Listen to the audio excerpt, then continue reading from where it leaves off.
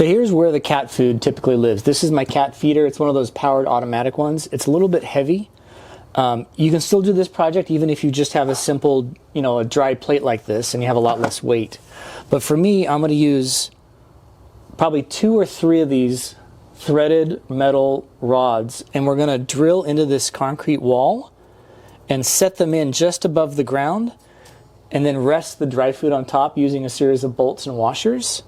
And then the key to this whole thing is to use a little bit of double-sided gooey sticky tape right around the rod as it comes out of the wall, and then we're going to coat it in cinnamon. So I did a test over the summer with ants and a series of powders and spices where I lined a plate with the powder and put a bunch of sugar and honey in the middle, and there was only one clear winner. The ants hate to walk across cinnamon, so it's kind of a harmless little spice that you can put on the area around here. It'll keep the ants away.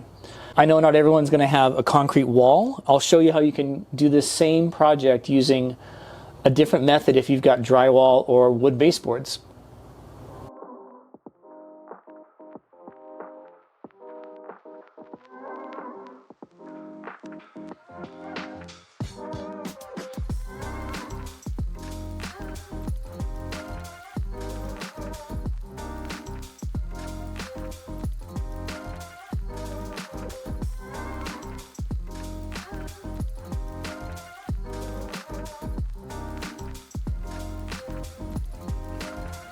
When I cut the threaded rods down to size, you always have to make sure you clean up and file the cut ends so you can actually get a threaded bolt on there. So you can just get a simple file and clean off kind of the excess and the shards and make it flat, and that should get the threads back to a place where you can get a bolt on.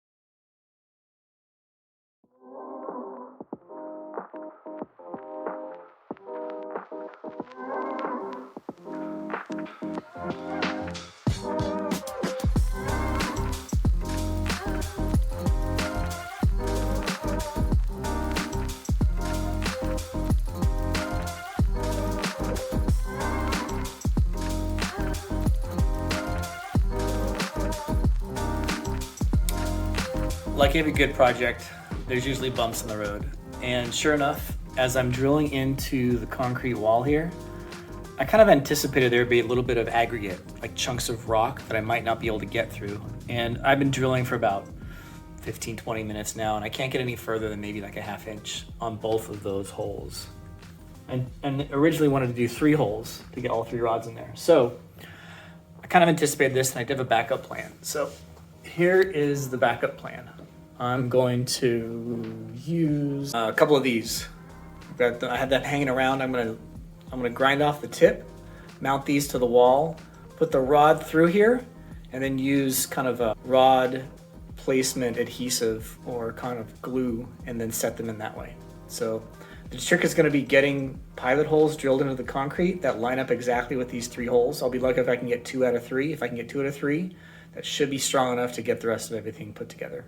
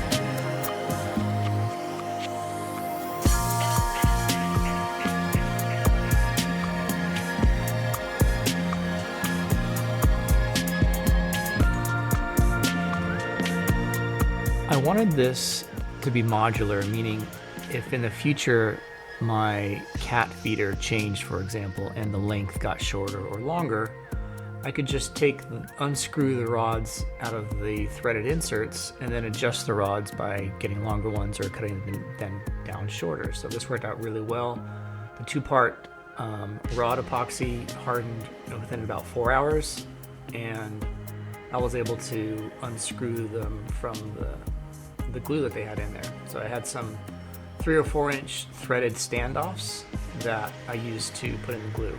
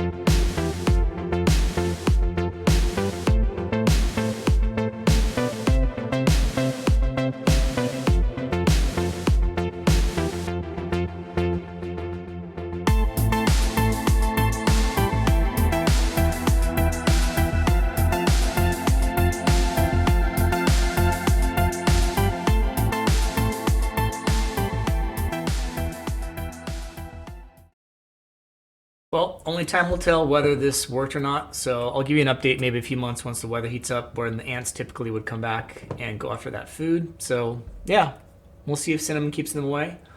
One other point, there's probably a dozen different variations on this idea that you can just create a simple platform and put cinnamon around the 4 legs and just set it on the ground. You don't have to get all complicated like I did and drill into the wall. I just like things off the ground. That's just my personal preference. So I think it turned out well. In the next video, I'm going to make a 3D printed globe with water and LEDs on the inside to sit on your desktop. It's like a little desktop water fountain with lights and water, all self-enclosed. Thanks for watching, everyone.